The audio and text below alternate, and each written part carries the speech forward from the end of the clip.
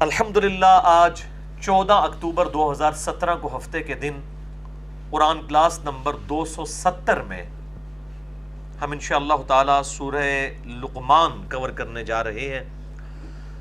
سورہ لقمان بھی مکی سورت ہے اور قرآن حکیم میں اس کا نمبر ہے 31، اور اس میں حکیم لقمان رضی اللہ تعالیٰ عنہ وعلیہ السلام، جو اللہ تعالیٰ کے ایک سمجھ لیں برگزیدہ ہستیوں میں سے ایک ہستی تھے، پیغمبر تو نہیں تھے اور نہ ہی کسی پیغمبر کی صحبت میں رہے، لیکن اللہ تعالیٰ نے انہیں حکمت ایسی عطا فرمائی تھی، دانائی ایسی عطا فرمائی تھی کہ اس کی برکت سے وہ حق تک پہنچ چکے تھے، توحید تک پہنچ چکے تھے۔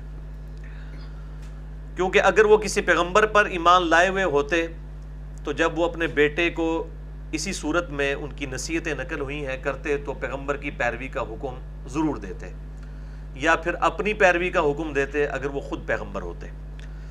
بہرحال حکیم لقمان کے تعارف کے اعتبار سے اور حکیم لقمان کی جو 10 نصیحتیں اس صورت کے اندر آئی ہیں، 8 تو حکیم لقمان کی ہیں اور 2 اللہ تعالیٰ نے اس میں ایڈ کی ہیں جو ان سے سکپ ہوئی تھی۔ یہ کل 10 نصیحتیں ہیں۔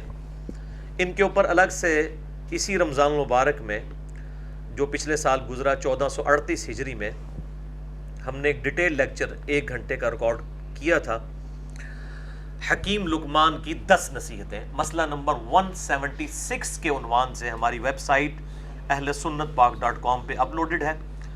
تو اب میں اتنی ڈیٹیلز میں نہیں جاؤں گا چونکہ میں الگ سے اس کے اوپر کافی ڈیٹیل گفتگو کر چکا ہوں حکیم لقمان کی پرسنالٹی کے پوائنٹ آف ویو سے اور ان کی جو نصیحتیں ہیں اپنے بیٹے کے نام ان کے اعتبار سے، تاکہ ہم آج اس کو ٹائملی کور کر لیں سورت کو۔ کوشش تو ہے کہ پوری سورت ہی کور ہو جائے آج کی اس کلاس کے اندر۔ اعوذ باللہ من الشیطان الرجیم، بسم اللہ الرحمن الرحیم،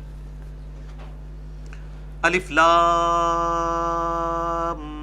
میم، یہ حروف مقطعات ہیں۔ تلک آیات الکتاب الحکیم، یہ حکمت سے بھری کتاب کی آیات ہیں۔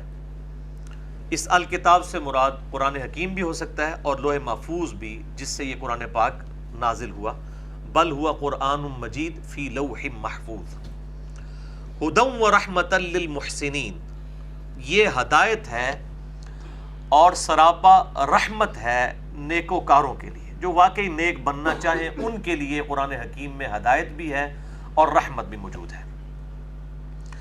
الذین یقیمون الصلاۃ، وہ لوگ جو کہ قائم کرتے ہیں نماز کو، صرف پڑھتے نہیں بلکہ قائم کرتے ہیں، یعنی وہ نماز کے باہر بھی اللہ تعالیٰ کے اوبیڈینٹ ہوتے ہیں اور نماز میں بھی سر تسلیم خم کرنے والے ہوتے ہیں۔ وَيُؤْتُونَ الزَّكَاةَ، اور دیتے ہیں زکوٰۃ، اور ایک معنی یہ بھی ہو سکتا ہے کہ تزکیہ نفس کرتے ہیں۔ وَهُمْ بِالْآخِرَةِ هُمْ يُوقِنُونَ، اور آخرت پہ تو ان کا یقین کامل ہوتا ہے۔ آخرت پر یقین کیے بغیر کبھی بھی انسان کا قبلہ درست نہیں ہو سکتا۔ جب تک انسان کو یہ نہ پتا ہو کہ اس نے مر کے کسی کے حضور پیش ہونا ہے اور اپنے کیے ہوئے اعمال کا جواب دہ ہونا ہے، اس وقت تک اس کا قبلہ کبھی درست نہیں ہو سکتا۔ اسی لیے آخرت پر ایمان لانا کافی نہیں، وَبِالْآخِرَةِ هُمْ يُوقِنُونَ، یقین کی حد تک وہ آخرت کے اوپر ایمان رکھتے ہیں۔ اولئک علی ھدی من ربہم، یہی وہ لوگ ہیں جو اپنے رب کی طرف سے ہدایت پر ہیں۔ واولئک ھم المفلحون، اور ایسے ہی لوگ ہیں جو کہ فلاح پانے والے ہیں۔ اب بڑی اہم ترین آیت آ رہی ہے سورہ لقمان کی آیت نمبر 6، وَمِنَ النَّاسِ مَن يَشْتَرِي لَهْوَ الْحَدِيثِ، اور لوگوں میں ایسے لوگ بھی ہیں جو لہو چیزیں، لہو کی باتیں، ان کی خرید و فروخت کرتے ہیں۔ کس لیے؟ لِيُضِلَّ عَن سَبِيلِ اللَّهِ بِغَيْرِ عِلْم، تاکہ بغیر علم کے، بغیر کسی سرٹن ڈیفینٹ نالج کے، لا علمی میں، بے خبری میں گمراہ کر دیں اور لوگوں کو۔ وَيَتَّخِذَا هُزُوًا، اور اس کے مقابلے پر اس قرآن کا جو ہے وہ مذاق بنا لیتے ہیں، قرآن کے مقابلے پر لہو الحدیث فضول کی باتیں، سٹوریز. یعنی عرب کے زمانے میں یہ رواج تھا کہ اس وقت ظاہر ہے نہ کوئی ڈرامے نہ کوئی فلمیں، اس طریقے سے تو چیزیں نہیں ہوتی تھی، لیکن ایسے جو گویے ہوتے تھے جو گانا بھی گا لیتے ہوں اور سٹوریز بھی سنا لیتے ہوں. جیسا کہ ہمارے بھی آج اگر آپ گاؤں ایریا میں چلے جائیں شاید باقیات السیئات موجود ہوں، باقیات الصالحات تو نہیں میں کہتا، یعنی ان برائیوں میں سے وہ سیف الملوک کے اشعار، اس میں تو کئی کفری اشعار، گستاخانہ اشعار بھی موجود ہیں، اور اسی طریقے سے ہیر رانجھا یہ پڑھنے والے لوگ گویے موجود ہوتے ہیں، اور اسی طریقے سے سٹوریز سنانے والے یہ عرب کے کلچر میں بھی موجود تھے.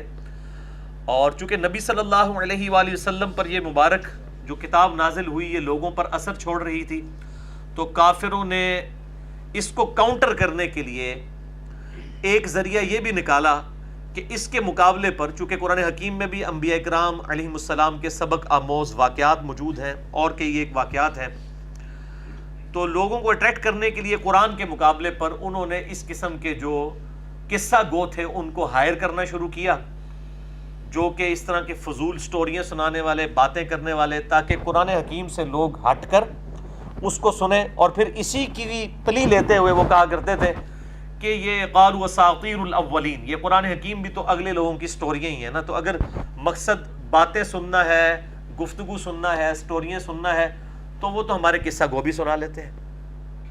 تو یہ اس کو قرآن حکیم کی دعوت کو فیل کرنے کے لیے انہوں نے ایک یہ ذریعہ اڈاپٹ کیا تھا. تو اللہ تعالیٰ فرمایا لوگوں میں ایسے لوگ بھی ہیں جو خریدتے ہیں لہو باتیں، اس قسم کے قصہ گو لوگوں کو ہائر کرتے ہیں یا اس طرح کی سٹوریز بک لیتے ہیں قرآن حکیم کے مقابلے پر لوگوں کو مس گائیڈ کرنے کے لیے، تاکہ لوگ قرآن حکیم کی بجائے ان چیزوں کو دیکھیں. یعنی بغیر علم کے، بے خبری کے لوگوں کو گمراہ کر دیا جائے.